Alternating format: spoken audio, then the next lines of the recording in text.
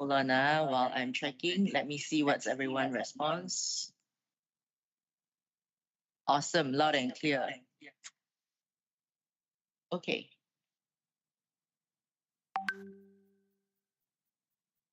Okay. A very good afternoon to everyone. I am Shan here on behalf of MEF membership team today. We are actually going to introduce Hj Fahmy, our OSH consultant, later on. But right now, I would just like to actually introduce myself as the membership person here in membership. Okay, so any one of you here maybe can give me a raise of hand if you guys are joining for the first time in MEF webinar like this. Give me a raise of hand, please.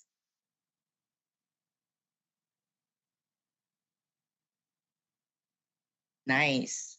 So I'm pretty sure we are seeing quite a number of new faces here.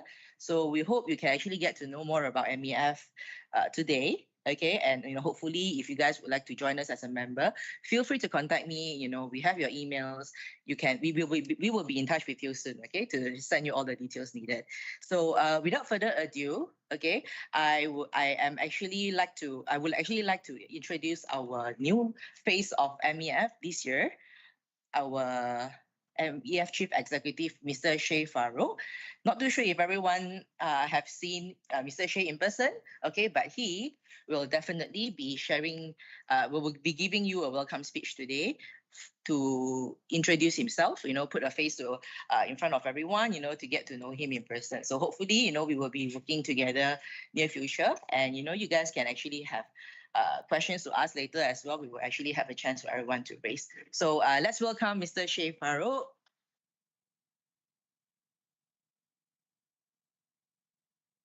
Okay, thank you very much, Jen. Okay, Bismillahirrahmanirrahim. Assalamualaikum semua. Very good afternoon. Welcome to the webinar, the first webinar for the 2025. So my name is Sheikh Farouk bin Sheikh Mohammed. I'm very honored actually to join MEF in the beginning of the 1st January of 2025. I came from the industry, basically. I was about 18 years. I was with Nestle Group of Companies. I was based in Malaysia, Singapore, Philippines, and also Switzerland. After Nestle, I joined the retail, which is Aeon, the Aeon Group from Japan. So I was the managing director for Aeon Big for the last 4 to 5 years, right? So I think it was a very honored when MEF appointed me for January 2025 to join the Malaysian Employees Federation. As you know, we are very closely related with all our stakeholders when it comes to human resource, IR, and also other business and management topic. We are also very close in terms of with the United Nations, ILO as well. Right, so I just wanted to update ourselves for today before we started the session on behalf of the OSH topic for today. I wanted to share, for example, in MEF, please have a look at our new website. We do have a lot of activities that an update as well that we do on the weekly basis. So you can take a look at our website, get some information that we try to put on the screen now, right? And also not only website, but we also have our updated social media currently. We have the LinkedIn, we have Instagram, and also we have the Facebook as well. And for today, we do have a YouTube channel and also the other X and also part of it. Right? Can you open up the website? All right, so if you look at here, the part that we are sharing, if you scroll down, Jen, so obviously we will update in terms of here our services that we do for us from MEF and what you as a member or non-members will get from us in future further down. As well in the part, this is also what we link for the news. They will be upgraded of our website. You also have here in the tabs, you can see the upcoming events of training, conference, seminar from the Malaysian Employees Federation. We are also going to have the upcoming training as well from MEF Academy that we put in on the tab. And also we will also put in all our publication. Maybe some of you are looking for some books and publication officially. So we put here as well so that you know what kind of books that we are selling and the things that you require in terms of human resource and IR, which is actually what we are expertise. Okay. You also open up some of the our social media. As you all know, I mean, we have been here since 1959, so about 66 years currently. We have currently upgraded our LinkedIn profile, Instagram, and also Facebook. So you can have a look in terms of information, updated, especially for the upcoming events and seminar, right? I mean, for the like today that what we have, I'm quite happy to see that when we open up the email last 2 weeks about this free webinar on OSH, we have about 200 packs actually registration for the teams, and also above than 200, we are pushing it to the YouTube channel. And I think today, currently, we have almost 100, Avinish? It's online now. And also for YouTube channel, we have about 50 plus. So thank you for joining us. And we do a lot of this, and not only about OSH topic, but we have other topics as well that we wanted to do for this year, right? So again, with some of you coming from few companies, we definitely move around and have a look and meet up with your department. Definitely for us in January was quite busy. January, we actually, MEF became the host with AOTS Japan. We have about 35 delegation from 30 countries came and discussed about the climate change. This came about a few topics, right? In January as well, we were in Geneva, in United Nations. We were in the group of talking about the FMB discussion and the new policies and the new law for FMB industries. We were also in Japan, in Tokyo, with some of our employees. In February, we are again in Tokyo on specifically on electronics industry. We do have ILO from United Nations coming in next week as well. So we do have a lot of upcoming events where some of you will be invited to represent Malaysia, because it's not only about MEF representing Malaysia. There will be some topics that actually require the expertise from the industry. So for example, like the electronic sector is in Tokyo, we invited the companies from electronic sector or associations to come with us as well. So definitely looking forward. Enjoy your conference today, the webinar on OSH topic. Looking forward to meet some of you in person. But again, thank you for your support and looking forward to work closely. Thank you very much. Assalamualaikum.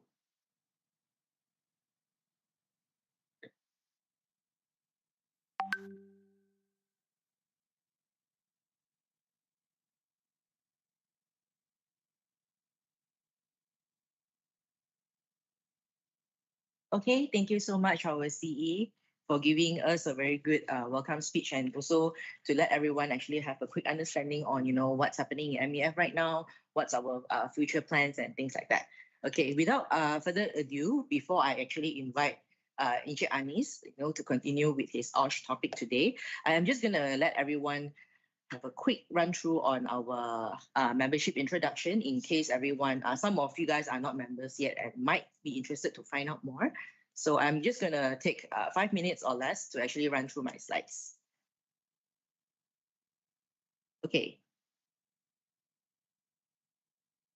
So as everyone knows, if you guys are already a member, or in this case, if it's not, what MEF is about, we actually have 4 main components that actually pull together the whole organization.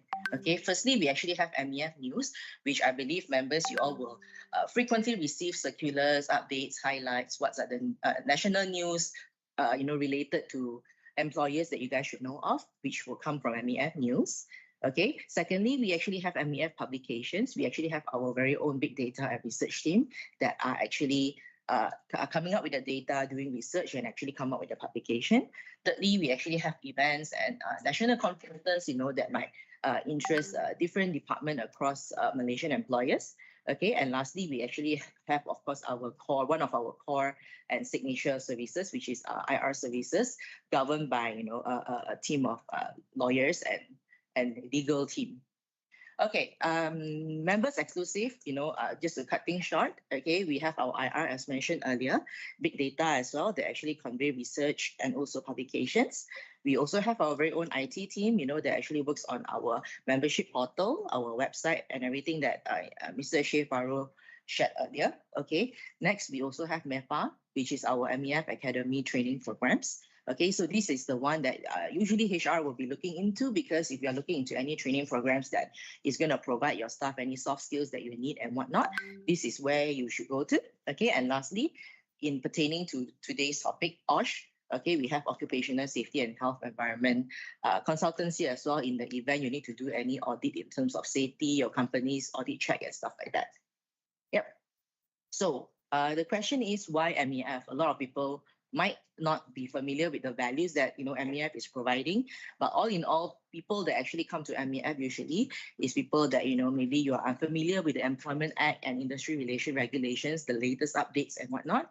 Secondly, maybe you have shortage in industry skilled talents. You would like to actually customize and craft training programs to provide your employees. Okay, you might also want to stay up to date on the progressive wage policy that the government has just announced, and how to basically implement minimum wage. Okay, after that, of course, we also do HR services like process of collective bargaining and agreements.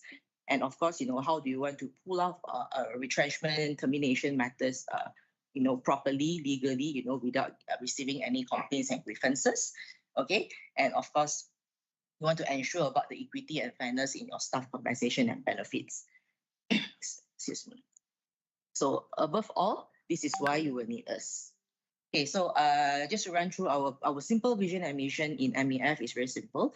We aim to guide, enhance, and protect. So we are basically pro-employer. So we welcome anyone that actually have some, that would like to inquire and get advices and consultation in terms of, staffing and HR related matters. Okay, so members' benefits includes, okay, as a member, once you have joined us on board, we will actually have a monthly meeting, from our consultants directly to all of our members. So this is where members usually get to know and find out what's the latest happenings in the industry that you as an IR or HR person should know of.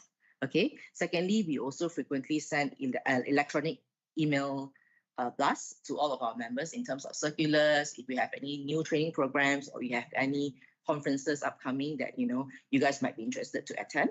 Okay. Third, of course, as mentioned, we also provide advisory and guidelines. Okay, so all these are actually done by professionals. Okay, we actually have our in-house IR consultants, which are legally certified to provide you that. Okay, and of course, we also have our own members portal and our WhatsApp community. So to move on from here, exclusive membership perks and benefits. The difference is we actually go a bit more in depth to assist you with your to basically provide you with the solutions in the event you actually have a bit more cases that you need a bit more customization. So we actually do corporate representation for our members company as well. So in the event, you actually have any court cases that you will need our services, we are there to ready to assist you. Okay. We also have our IR consultancy, as mentioned earlier, conference seminar, HRDC claimable training programs, which is for the employee soft skills. And lastly, publications as well for you to actually purchase, get the latest highlight and data, to make informed decisions, basically. Okay, so be part of us. Okay, this is just an overview of our growing members throughout the years. Okay, so as at 2024, we have about 7,000 members already, and we are still growing. So we are still welcoming every companies that have not joined us yet to join us, in order to get all the consultation services that you will need. Okay, so these are just a bit of overview of our offices. We are right now in 9 branches across Malaysia, and you can actually find us all the way from from HQ here in KL, Damansara, to Penang, Perak, Kuantan, Johor, Sabah, Sarawak, and also Malacca.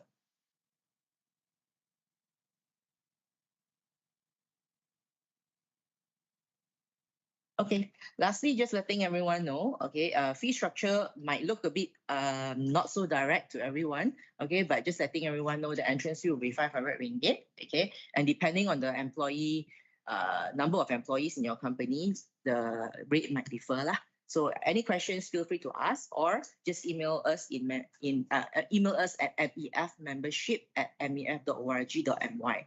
Alternatively, you can also put in your email now in the chat room. So we will actually send you an email officially to get you guys on board to join us.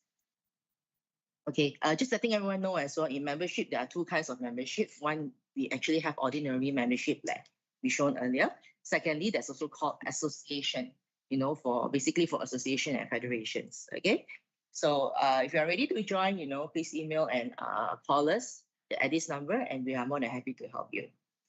Okay, before I go off and invite Hj Anis, any questions that anyone wants to ask, please feel free to actually log on to your Pigeonhole, slot in your question over there, and we will be more than happy to assist you. So without further ado, we would like to invite Hj Anis Fahmy, our main speaker and presenter for today, to actually share with everyone on his topic of presentation, which is what employers should do to avoid non-compliance to the OSH Act 1994.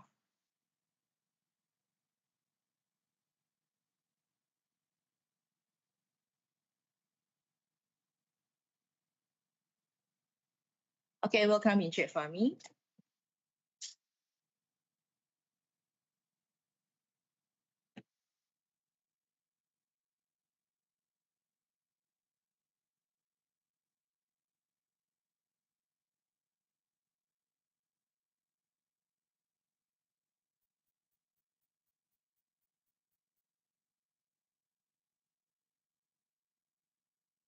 Bismillahirrahmanirrahim. Assalamualaikum warahmatullahi wabarakatuh. A very good afternoon to everybody.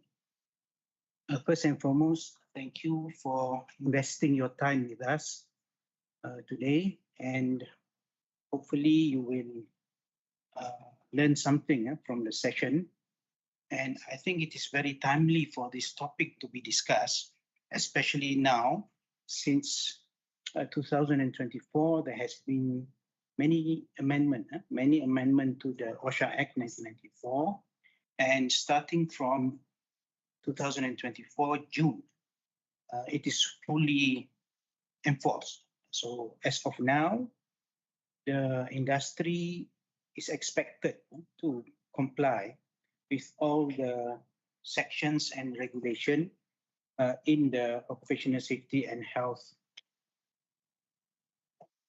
So for those who are familiar, before the single act, which is the OSH Act, we have two prominent acts, which is the Factory and Machinery Act and also the Occupational Safety and Health Act. So we have two laws. One, which is by philosophy, is prescriptive. So what do we mean by prescriptive? It is very detailed. It's very detailed, and you have to follow word by word, sentence by sentence, paragraph by paragraph, measurement by measurement. So that is Factory and Machinery Act. And as for occupational safety and health, it is established based on self-regulation. What do we mean by self-regulation? Self-regulation meaning the enforcement agency expect that the companies or institution know what to do, and you have your own means in order for you to control your safety of your operation. So we have number one, Factory and Machinery Act, and number two, we have the Occupational Safety and Health Act. But as of June, we do not have any more Factory and Machinery Act. Any important provision under Factory Machinery Act is migrated to the Occupational Safety and Health Act 1994. And the government now, or the enforcement agency, which is OSH, expect the company knows what to do after 31 years of the OSH Act. They expect us to self-regulate. What do we mean by self-regulate? We, as a company, we do have people within our organization to arrange and manage for safety and health. So that's why, if you are aware now, companies with 5 people and above, you need to have an OSH coordinator. This is for companies with 5 people and above, excluding those companies having safety and health officer. So this is why it is important for companies, especially for those who are not familiar with safety and health and other legal requirements, to be a member to MEF. Because without being able to, if you are not a member, then it's quite difficult for us to assist you in terms of compliance. Okay, before we proceed, let me just share with you here in MEF, we have 2 persons in charge for safety and health, myself, Anis Fahmy, and also Hj Jason. So We have 2% full-time assisting our member companies in dealing with safety and health issues. So if you are a member, you can simply call us at any given time. Of course, it must be office hour. Call us up, or you can write in via email. Then we try to respond and give you the most accurate answer that we know of for you to comply to the occupational safety and health. But these services are only for member companies. If you are not a member, then we unfortunately we cannot entertain. So these are the services that we give to our members. And in terms of function, we can assist you, number one, on legal requirements. On legal requirements, for example, if you have any doubts in terms of some of the regulations, some of the act, feel free to call me, feel free to call Mr. Jason, then we can assist you. How do we know the answer? It's because we are involved directly with the authority in terms of meeting, in terms of corporate consultative meeting, in terms of engagement. We are directly with the authority. So we have the fresh and new updates in terms of legal requirements. So that's number one. Number two, if you are not clear whether or not your company is complying to the legal requirement, then we can conduct legal OSH audit. So this legal OSH audit is depending on the size of the organization. It can be 1 or 2 days, man days work. We go to your site or we go to your company and look into your OSH practices, and we will advise accordingly whether it is in accordance to the law or it is not complying to the law. Some companies, they do have arrangement in terms of safety and health, but in terms of the local requirement, some multinational, they do have safety and health arrangement, but whether or not it is in line with our legal requirement, that can be questionable. So we are here to assist you in that term. And of course, nowadays, in order for your staff to be competent, you need to make sure that they are trained. And nowadays, training is very crucial, and we will conduct training for companies at the request, either by public training or by in-houses. And most of the training that we do is claimable under HRD Corp. And all our trainers are accredited by HRD Corp plus approved by the Department of Occupational Safety and Health. Okay, so before we proceed, there are few terminologies that as an employer you need to know. Number one, vicarious liability. What do we mean by vicarious liability? Or in bahasa, it's tanggungan akhir. Tanggungan akhir ataupun tanggungan vicarious. So in general, at the workplace, who is in control? Is the employer. So the employer has the control over the premise. The employer has the control over the workplace. So by right, the employer are the one that need to make sure that safety, health, and welfare of that particular plant or of that particular premises. So if anything goes wrong, then the employer is answerable. And as we know now, the maximum penalty under the Occupational Safety and Health Act can go up to 500,000. Can go up to 500,000.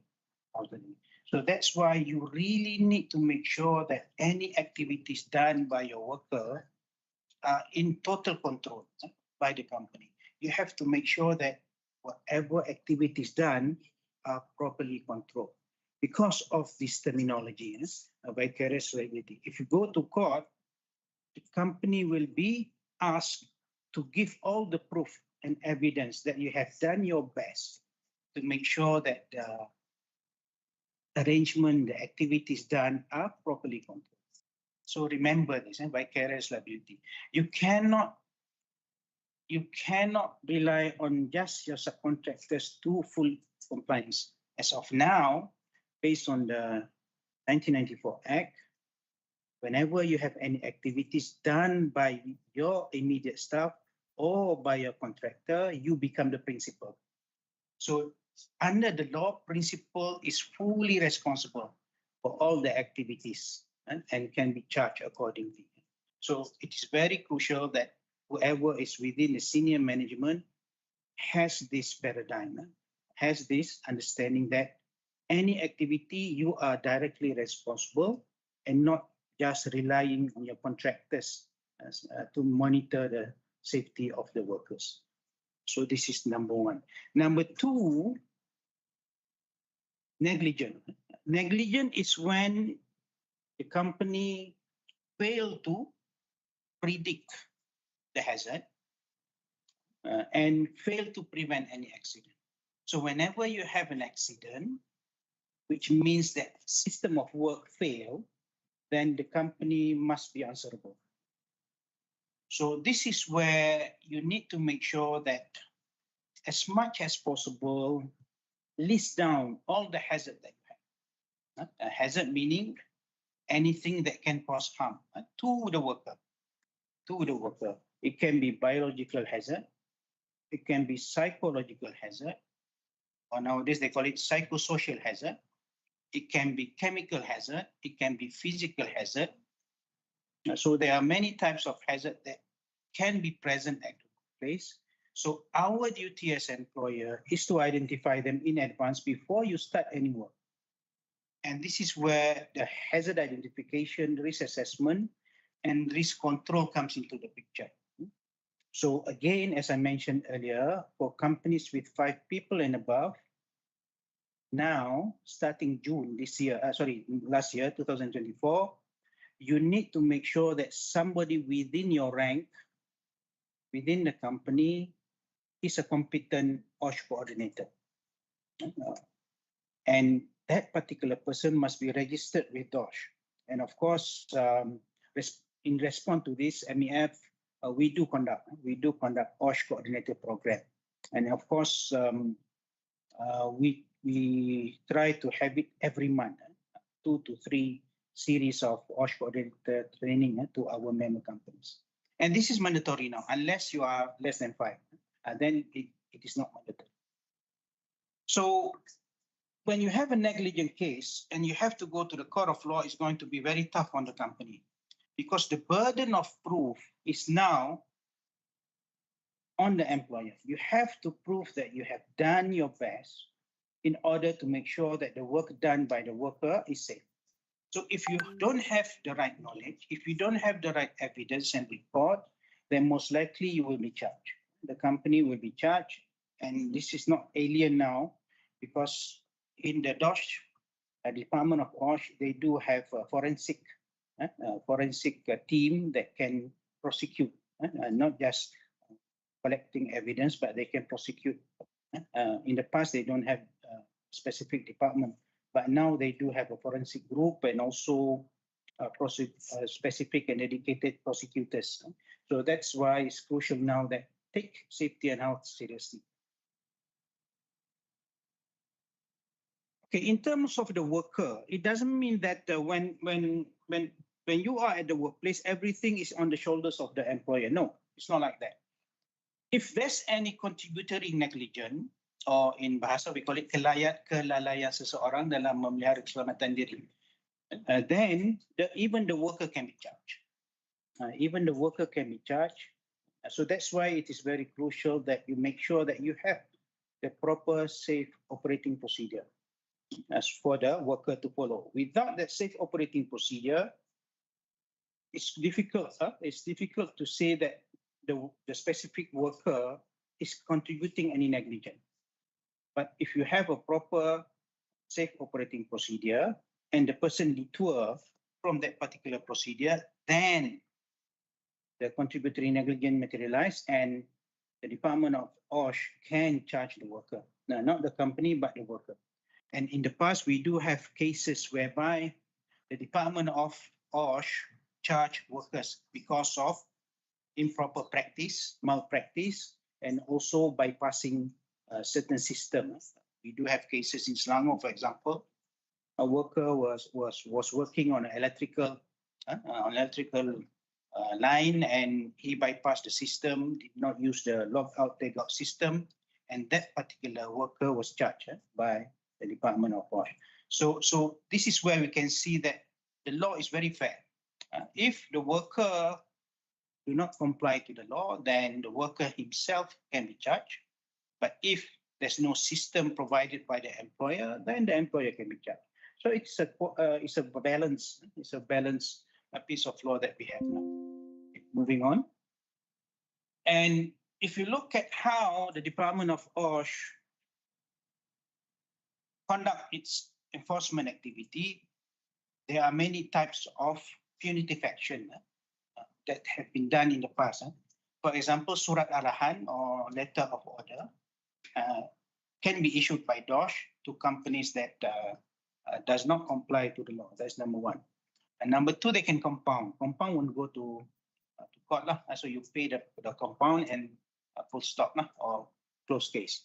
And then we have court cases. Court cases is where you are being charged in the court of law for non-compliance.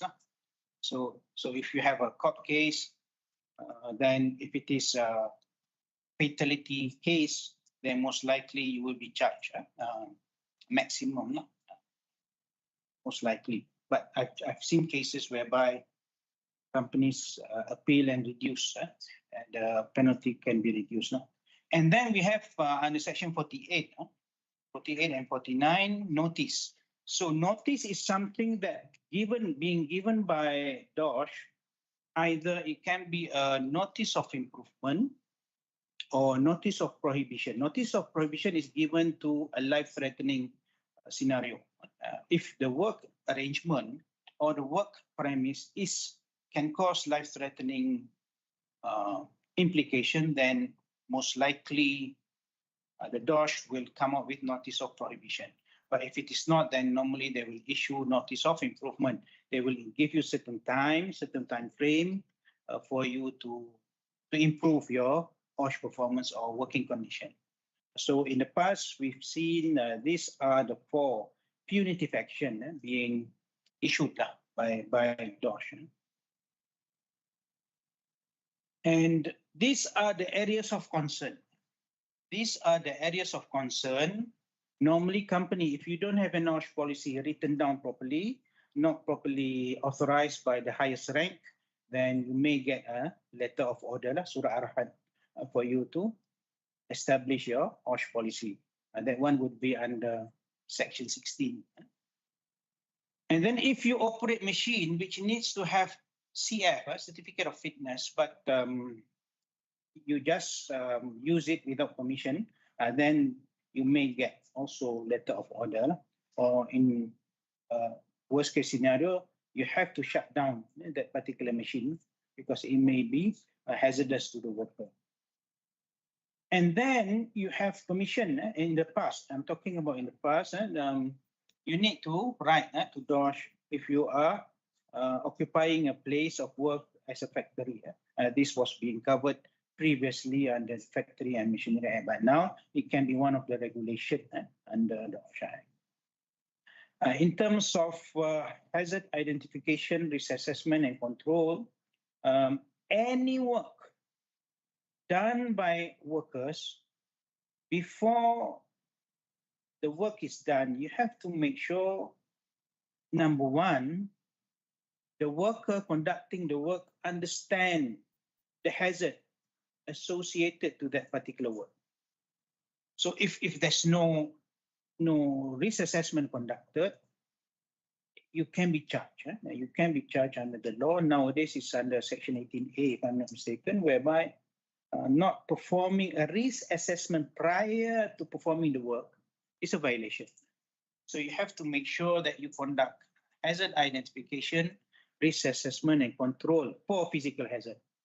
For other hazard, for example, the chemical exposure, then you need to conduct the chemical health risk assessment. And if workers are exposed to noise level beyond the permissible limit, then you need to conduct the noise monitoring and also noise risk assessment. So those are some basic fundamental that you need to make sure in order for you not to be charged by the Department of OSH. And as we know, some companies, not all, this is a misunderstanding most of the companies. Not all companies need to have a safety and health officer.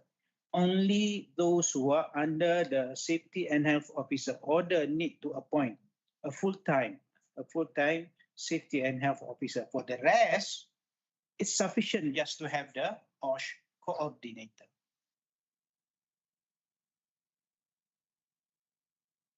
Okay, just to share, I did some studies from all the prosecution cases that we have.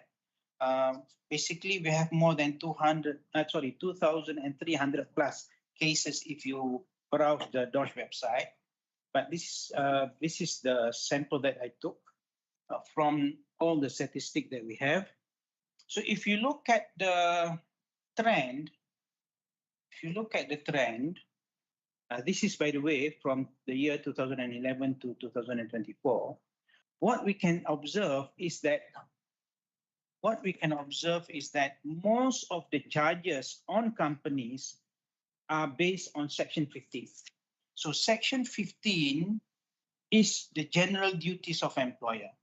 So if you look logically, what you are supposed to do is to make sure that your OSH arrangement under Section 15 are satisfactory. If not, most likely you can be charged. So it is very important that you really understand, really digest Section 15, study it properly, because there are many elements in Section 15 that you need to do, and implement them immediately. There's no delay on this, because looking at the statistic, you can see out of 330 cases, 164 cases is on Section 15.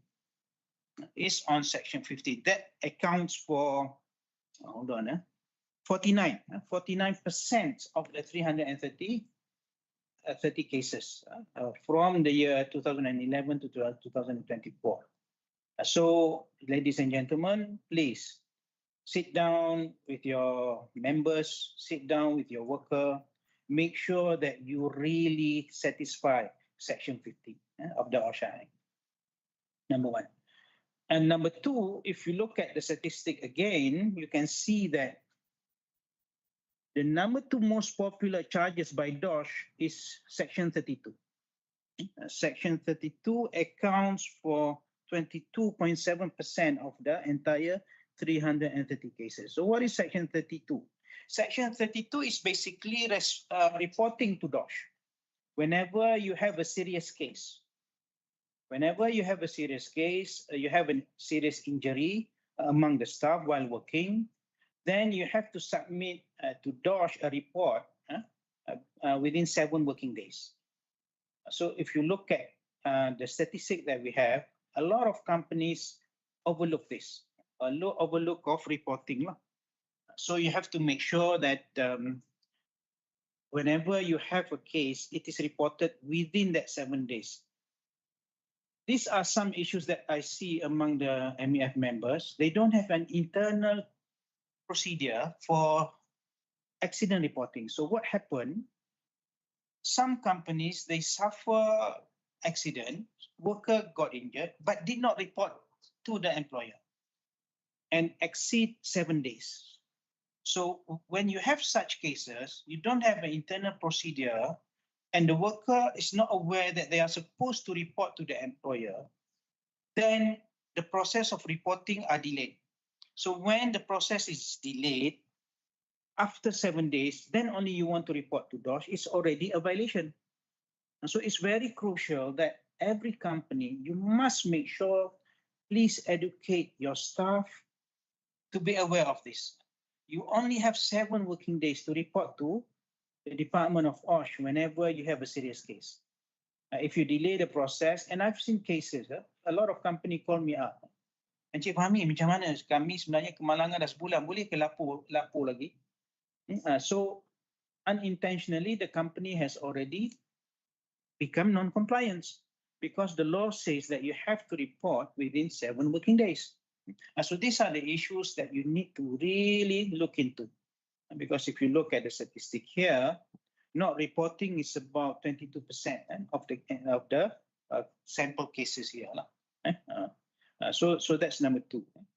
And number 3 is on Section 17. What is Section 17?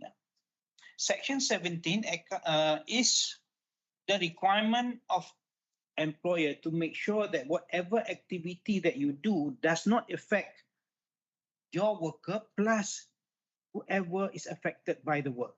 For example, if you conduct a work near a pedestrian or near a pathway or a walkway, and suddenly a public was hurt by your activity, so you can be charged under Section 17 because you are supposed to control your operation, and your operation is not supposed to harm other people. But we do have cases whereby they focus on the worker, but unfortunately did not focus on the visitor or on the walkway pass by people who are passing by. So these are the issues.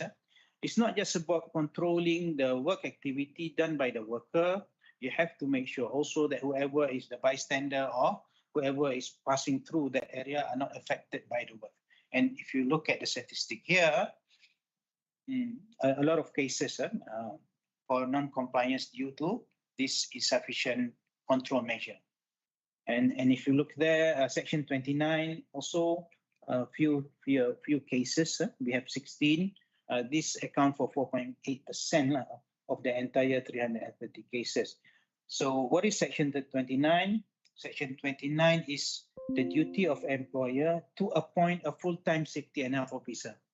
So a lot of companies need to have a full-time safety officer according to the order of the minister, but they don't employ one. So when you don't employ a full-time safety officer, then you are exposed to violating Section 29. So these are briefly I can share with you the previous past cases that have been brought to court by the Department of OSH related to the general duties of employer. General duties of employer. Okay, so if you have any question later, please feel free to fill up our pigeonhole, is it? Pigeonhole. Yes, we have a pigeonhole. Just post your question there. I may not be able to answer all due to time, and also sometimes you may be ultra-virus, you may be off topic. So I wouldn't be answering to all, but the one that is related to the topic of today, then inshallah, I'll look into it. Okay, apart from the section that we have, violation and prosecution by DOSH, there are also charges based on the regulation. So out of the regulation that we have here, you can see that the regulation related to chemical is the one that is most prominent in terms of charges. So the use regulation, whereby it is the duty of employer to make sure that all chemical hazardous to health are being controlled at the workplace. If you look at the statistic that we have here, number one, 21 cases of chemical exposure to worker are being charged in the court of law because of not doing proper chemical health risk assessment. Some may conduct chemical health risk assessment but did not take any action based on the SSO's recommendation. So those are the issues under the use regulation. And as for class, they don't have a proper legal register, a chemical register, not properly labeled, and so on and so forth. So these are the charges in the past that we see based on the regulation, under OSH Act. And the emerging issues now, we can see noise. noise exposure. People are exposed to noise at the workplace beyond the permissible exposure limit, and they are being charged because of no proper arrangement for noise control. So these are the issues that we can see now emerging based on the regulation, and these are the statistics that we see. Okay, moving on. This came from our good friend Dosh. So based on the court cases that we have, these are the most issue that we have. Fall from height is still alarming, worrying. Hit by forklift. That's why when you have a forklift, you have to make sure that the forklift driver is competent. I just got a call yesterday. The company was being charged for having a non-competent person to drive the forklift. So now the company is being issued some non-compliance now. Drawn into machine, a lot of machine are being modified or do not have the interlocking device, and this cause for an injury to the hand of workers. Suffer ammonia leakage, fall into hole not properly covered. This is very basic. If you do your risk assessment properly, it's a matter of covering the hole.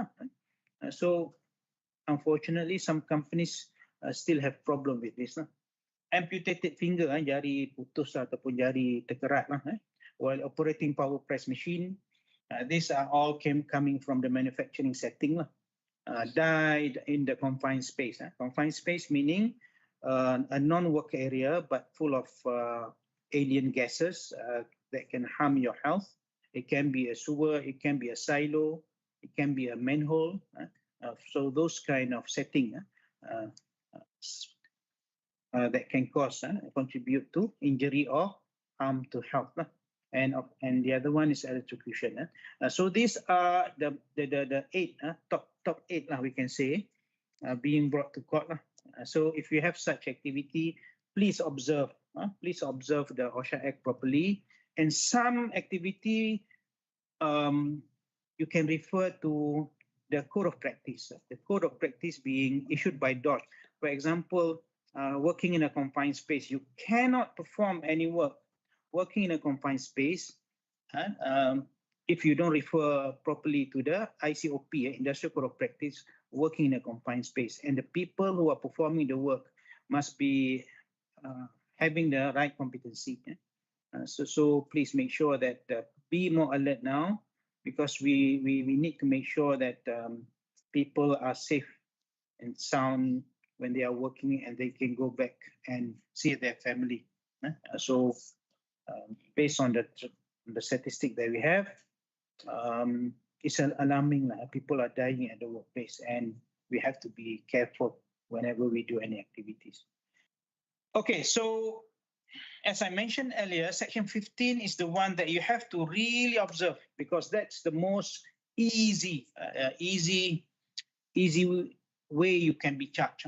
Because Section 15 is something that is supposed to be there but it's missing. So number one, any work that you do must have a system, regardless of any work. So any work that being done by the worker, have you done a proper risk assessment?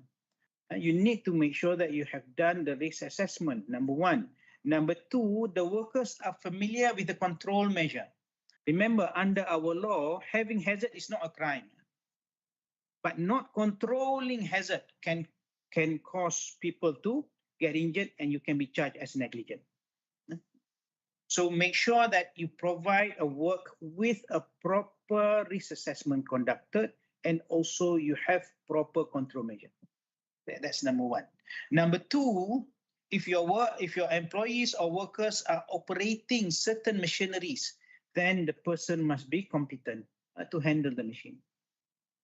And if you are transporting goods or substances using forklift, for example, then you have to make sure that the forklift driver is competent before they perform that work. And of course, being a worker, every worker has the right to know about the hazard associated to the job. So informing the worker of the hazard is most crucial. You cannot hide it from the worker because it's their right. So once the worker know, okay, this is the hazard associated to the work, then how do I work safely? So that's why you need to come up with a safe instruction how to perform the work. And of course, having instruction is not sufficient. You have to make sure that the worker are trained on their work activity. And of course, everybody is not fit every day. Sometimes you may be maybe a bit off. So that's why any work, you have to make sure that you have proper supervision. So all these are under Section 15, and it's easy for DOSH if you have any accident or injury later on, they can simply charge you under this, because this is the basic that you need to cover for any work. Okay, moving on.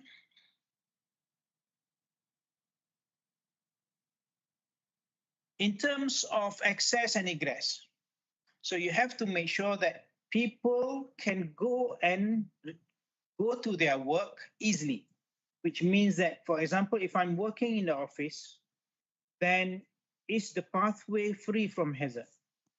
If the pathway is not free from hazard, people can slip, trip, and fall, then you can be charged. You can be charged of not having a proper access way. And in the event of emergency, can you egress the workplace safely? So if I'm working in an office setting, for example, apart from the entrance, do I have an emergency exit? So this is under Section 15. For example, if I'm working outdoor, working outdoor, for example, I have to climb certain building to perform my work, or do working at height. So do I have a proper scaffold for me to go on, or do we have a proper gondola for me to work on? So these are the issues related to Section 15, and it has been there for the last 31 years. By now, everybody is supposed to make sure that the access and egress to the workplace is safe. And apart from that, remember under OSHA, there are 3 items that we have to take care. Number 1 is safety. Number 2 is health. And number 3 is welfare. So what do we mean by welfare is anything provided by the employer to ensure that the people or the worker can concentrate on the job. Because if you lose concentration on the job, you may commit an accident because you commit an unsafe behavior. So it's very important that any workplace, you must have proper arrangement for welfare. For example, short breaks. Short breaks is considered as welfare because you cannot work prolonged for 5 hours without rest. Then you get fatigued easily. When you get fatigued easily, what happened to you? You cannot concentrate on the job. When you cannot concentrate on the job, then you may trigger an accident. So that's what we mean here, welfare. Anything provided by the employer so that you can concentrate on your job and avoid and reduce the risk at work.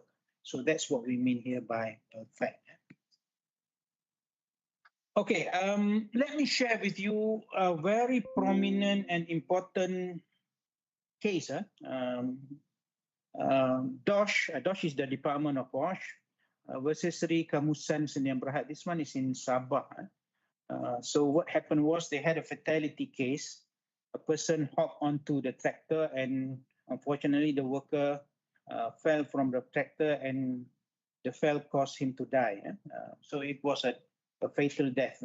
So according to the case, the company was charged by DOSH of negligence.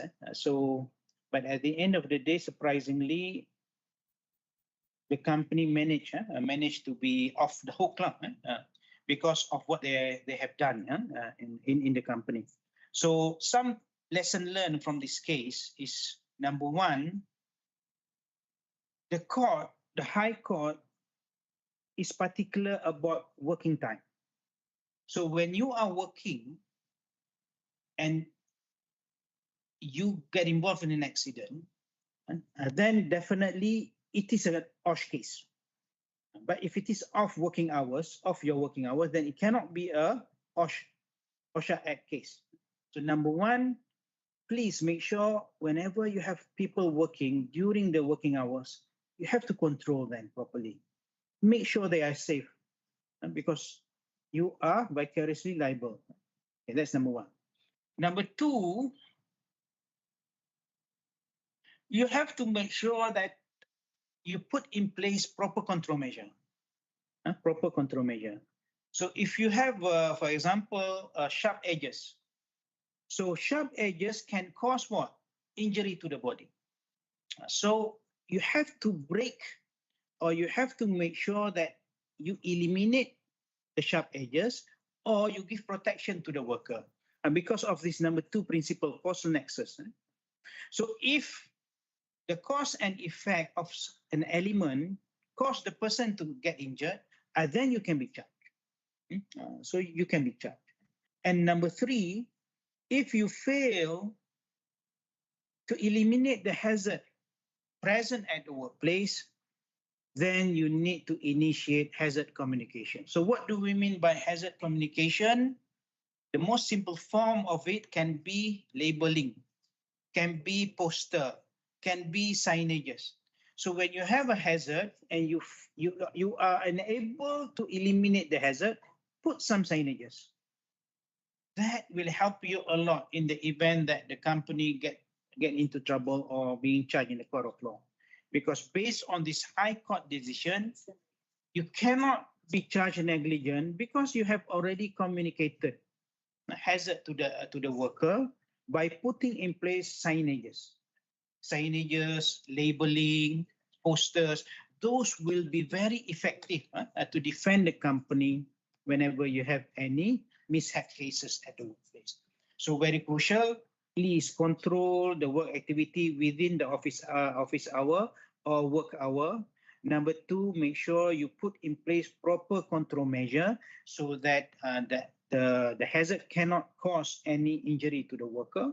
And number three, in the event you fail to eliminate the hazard, then it is most recommended for you to put as much as possible signages or posters or any labeling, yes, for that matter, so that you can be free from being accused of being negligent.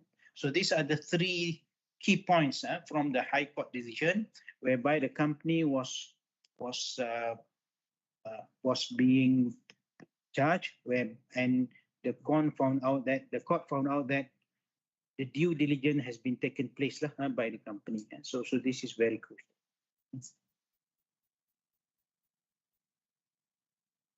Berapa minit lagi? Ada masa lagi?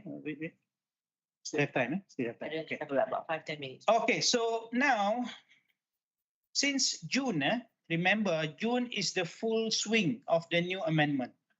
So from June onwards, then you have to be very cautious because the 500,000 penalty is being activated. So this was the first case that we had under the new amendment. So a person died, a worker died due to this activity, and they are being charged again. As you can see from the poster here, they were charged under Section 15, and the Session Court charged the company for 100,000 ringgit for a fatal case. Lucky the company was not charged with imprisonment. So the factory manager admit to the case, and then they were charged for 100,000 ringgit. So nowadays, it's very important. So for us, again, I want to remind everybody that it is very important for you to make sure that you comply to Section 15, because the Section 15 is basically the essence of the entire legal requirement. Okay, for your worker, please make sure that you provide them with all of this information. Number one, safety policy. Make sure that the worker really understands the safety policy of the company. And number two, in the event the work goes wrong, something goes wrong with the work, what is the emergency procedure for the work? Number 2. Number 3, if you are doing specific work, then you are supposed to be trained on that particular work. Trained on that particular work. And though I do not recommend, but at least please consider the right PPE, personal protective equipment for the job. And when you want to opt for any PPE, make sure that you check with DOSH website and make sure that the PPE provided to the workers are of approved type. So don't simply buy any PPE from any vendor. Make sure that the vendor is supplying you with the PPE being approved by DOSH. So that is very crucial. And for companies with 40 people and above, please make sure that the worker is aware of the establishment of the safety committee. And at the same time, the person knows who is representing him or her in that particular committee. And this only subjected to those company with 40 people and above. So you have to know who is representing you in the safety and health committee. And as I mentioned earlier, make sure that all the workers are aware that in the event that if you have a serious case, that case is subjected to reporting to DOSH. So the worker must be aware and they have to recognize that any incidences that happen, they have to report to the employer, not directly to DOSH, but to the employer. It's the employer's duty to report to DOSH.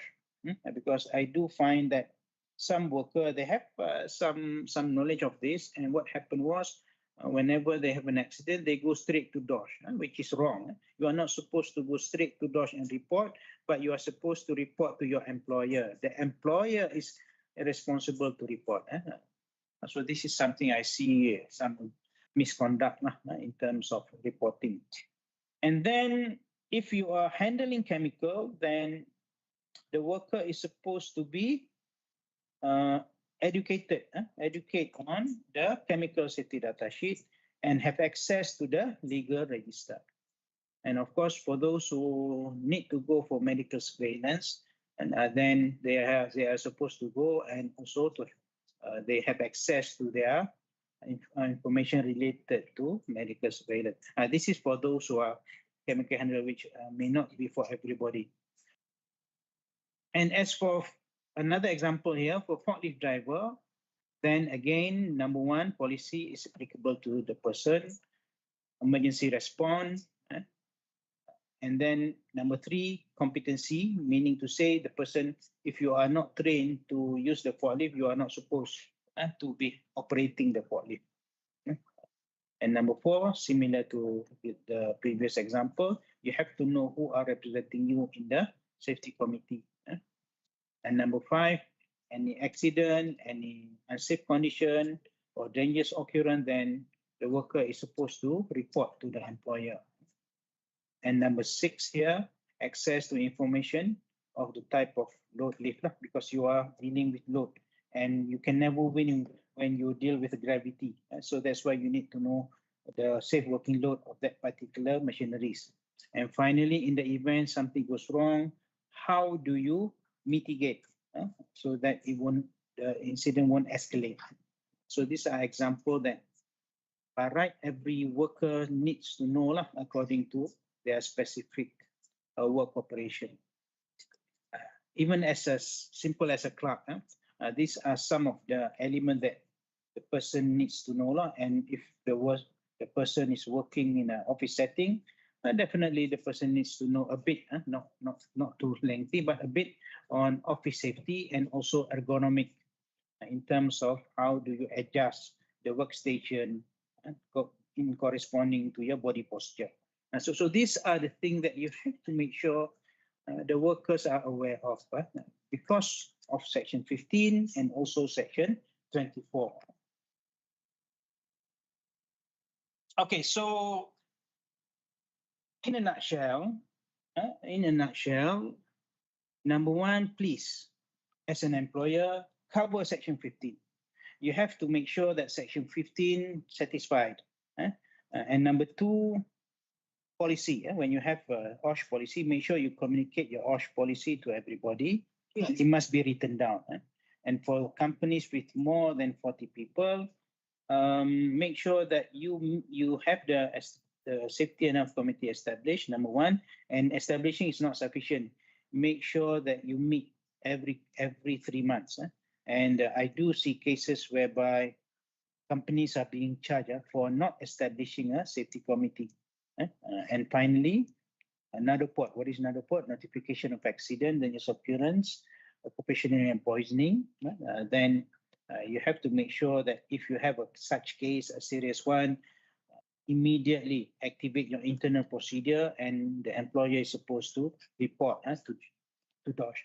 If not, if you don't take care of these 4 items here, and I have shown you in the past that we do have statistics whereby people are being prosecuted in the court of law because of non-compliance to all these 4 elements. So I believe that's all. Of course, the intention of this seminar is not to go in detail. The detail part is for the OSH coordinator and also the OSH committee members. But as an employer, these are the basic fundamentals that you need to know. Okay, with that note, that's all. And now maybe we can go to question and answers. Yep. Okay. Hi, everyone. Before we go on to the next slide, I would like to seek everyone's kind cooperation to show us your beautiful faces. Before we proceed to the question and answer, we're just going to take like 10 seconds of your precious time so that we can actually have a bit of Wi-Fi over here. If you guys don't mind, can everyone switch on your camera?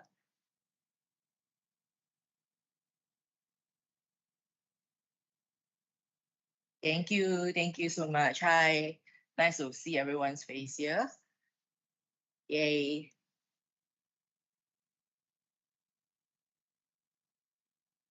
Okay. Wait, let's give another 5 seconds, shall we? Okay, got it?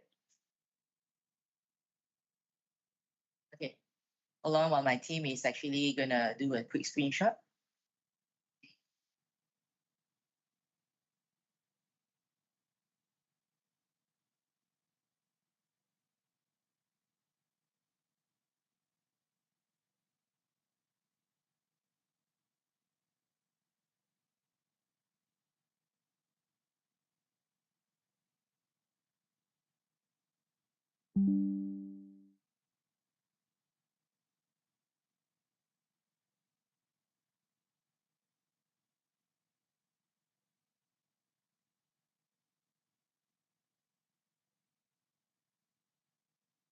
Done?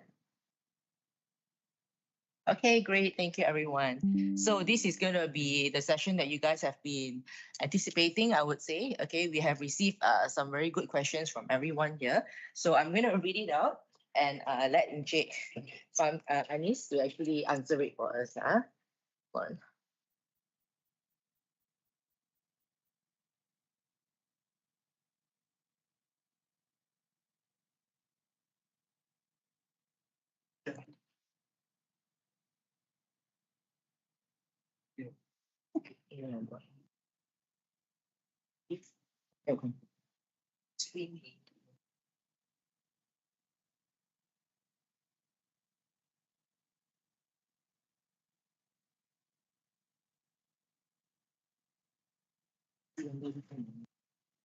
I click once, click. Okay. After I click. Stop. Once you stop.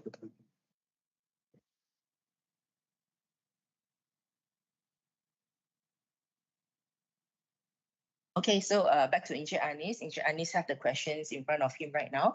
He will be reading the questions and assist you all with the answers. So yeah, stay tuned. Okay, so thank you. Number one, thank you for attentively listening to my lecture. And now let me have a look at some of the questions, and hopefully we can learn together. Okay, the first question is referring to page 14. Is that sufficient to place all required safety signages at the workplace entrance? Okay, so that is the first question. It's not sufficient. It's not sufficient for you to put everything at the entrance, because some hazard may be at different location. So it's recommended that whenever you put a signage, it must be at the location of the hazard. So let's say if you have a hole near a certain area, then the signages must be there.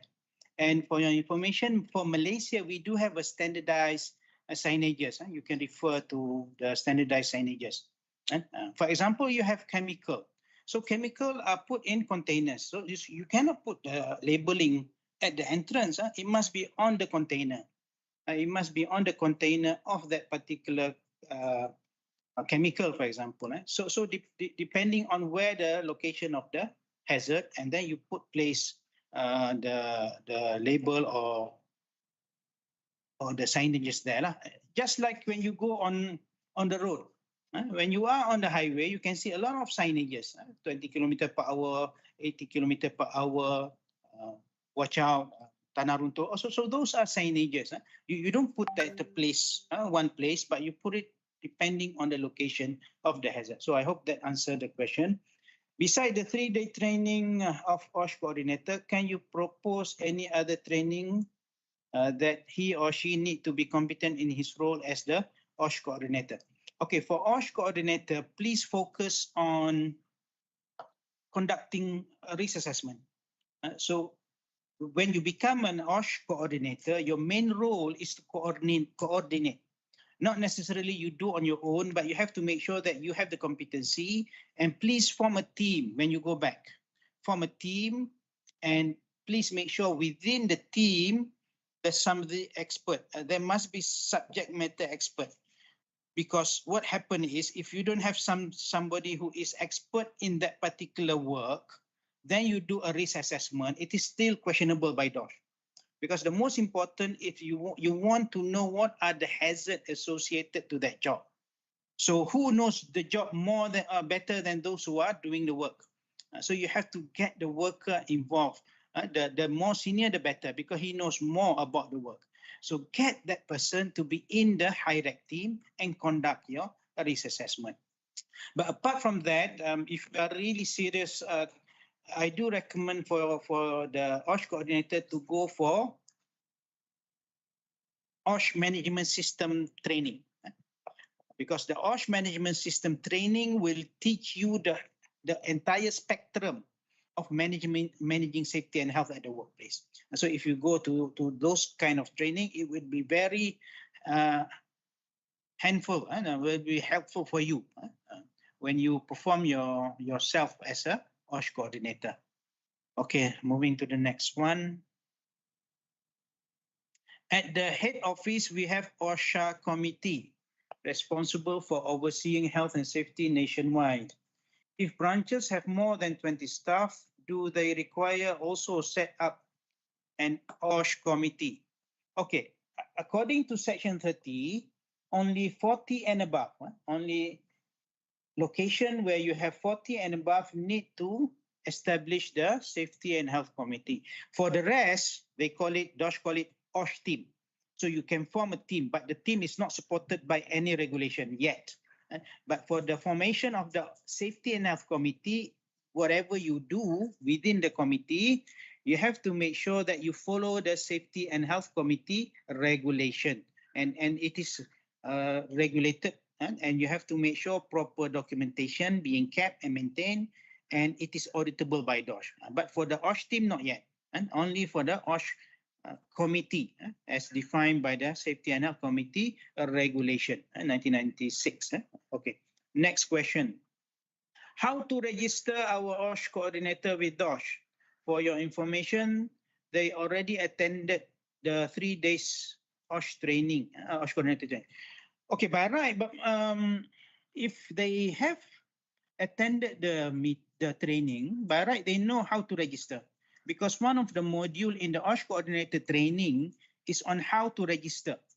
So I don't know, maybe the person slept or whatever, I don't know, during the session. But please make sure you check back with the person.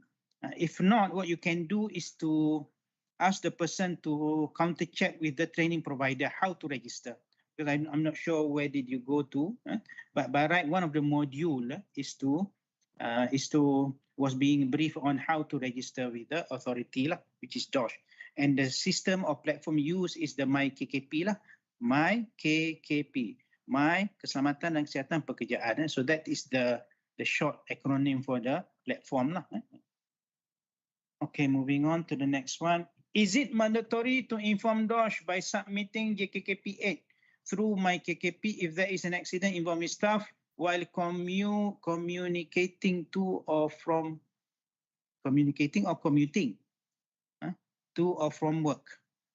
Okay, if it is a commuting case, commuting meaning from your residence or your home to the workplace and vice versa, that one is not covered under JKKP 8.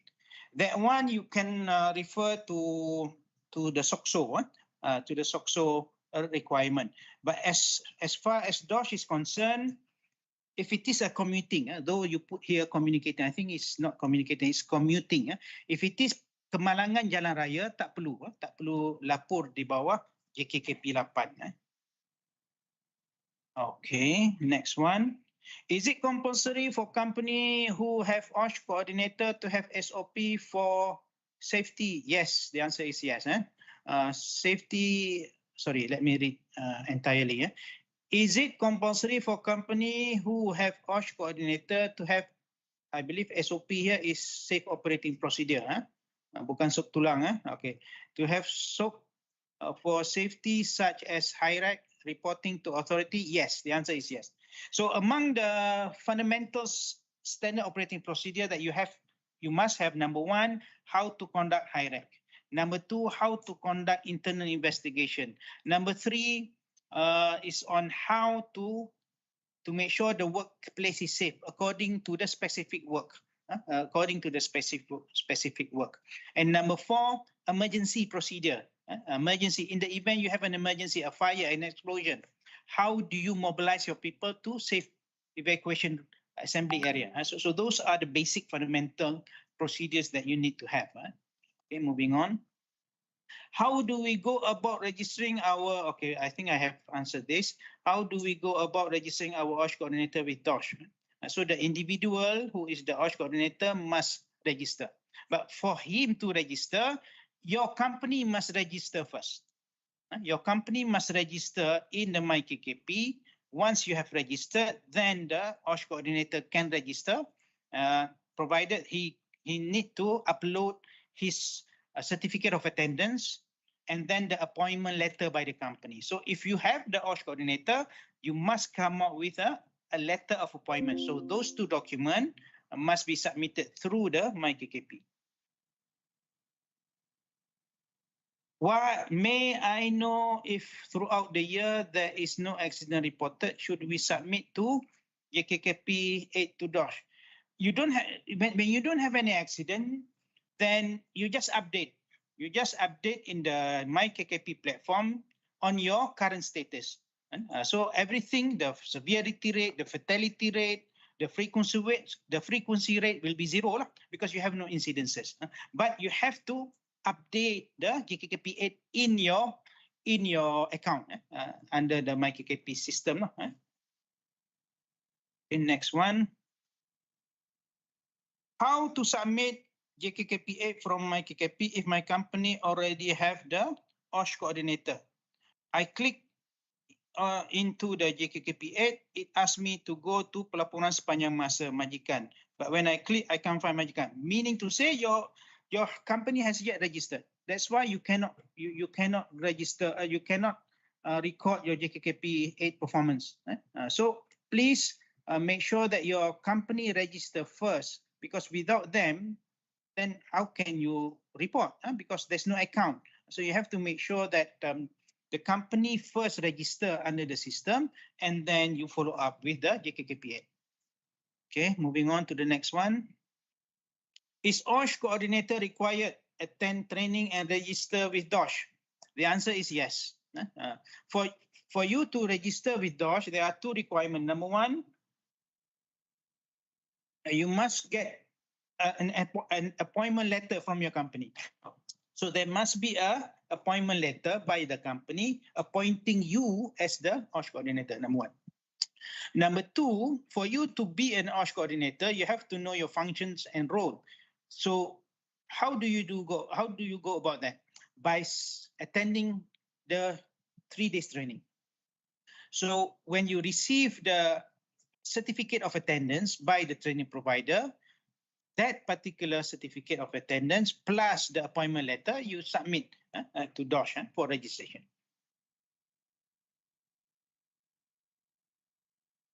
How do we monitor OSH measurement when the employee works from home?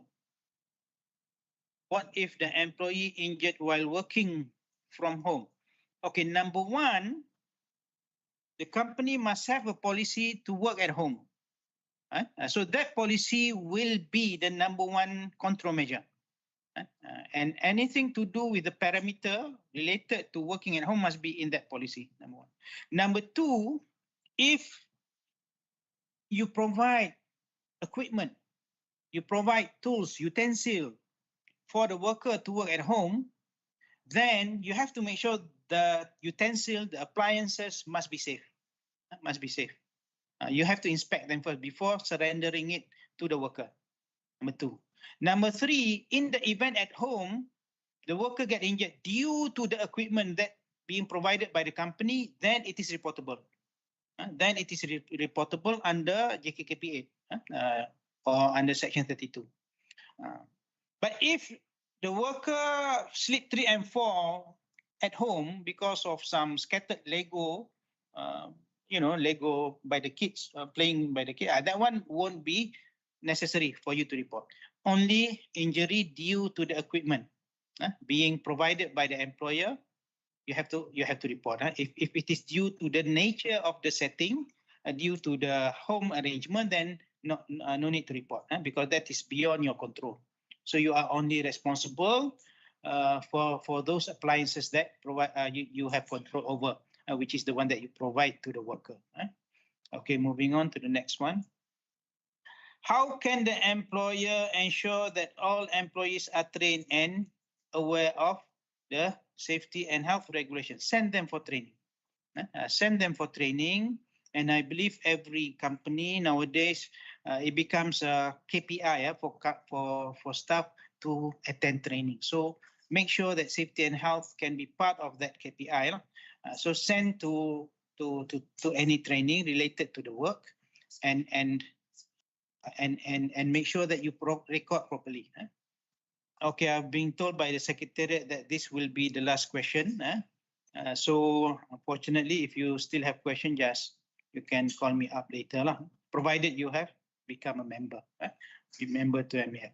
How can the employer effectively communicate safety and health policy and procedure to the employees? Number one, get them involved. So if you have an established policy, number one, make sure that in the formulation of the policy, get them involved. And then if you have a safety committee, communicate the policy which is endorsed by the company through the committee. And the committee is supposed to share that particular policy to the rest when they go back to their workstation or to their workplace. So, but number one, make sure that this policy is authorized by the company first, because without the policy, then you cannot do any other OSH arrangement. So the starting point for any OSH program at the workplace is by having the written safety and health policy. Okay, so I believe that's all from me. Thank you for your attentive listening and time. Hopefully you have benefited from the session, and without further ado, that's all that I can share with you today. Over to you, Shan. Thank you.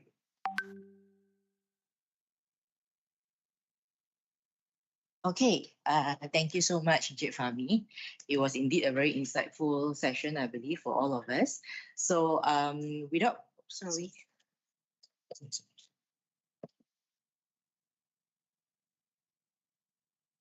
Okay.